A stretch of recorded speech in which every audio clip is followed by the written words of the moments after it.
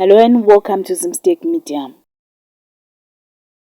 In other stories, Zimbabwean socialite Hilary Makaya has fired back at haters on social media who claimed the car she was showing off does not belong to him. Takanzwa kuti mota haisi yako ndeya beast, one of the comments said. But Hilary Makaya was quick to clap back, defending herself and shutting down the rumors. A lot of people have been questioning where Hilary gets all the money to buy expensive cars. Hauna kana knowledge yawinayo about luxury cars. Hautoziye kuti Range Rover yacho inoita mari. Hauna kana chaunoziya. Ndaona pa page pako uchiposta wakamira pa compressor.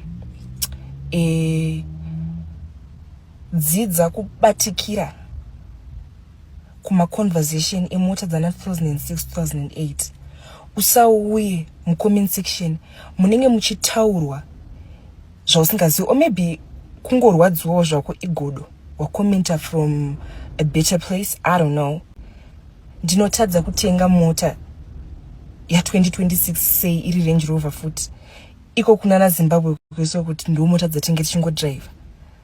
Andifunga kuti makambondiona nichidriver mota ya 2008 kana mota isina basa. For more stories, please do like and subscribe.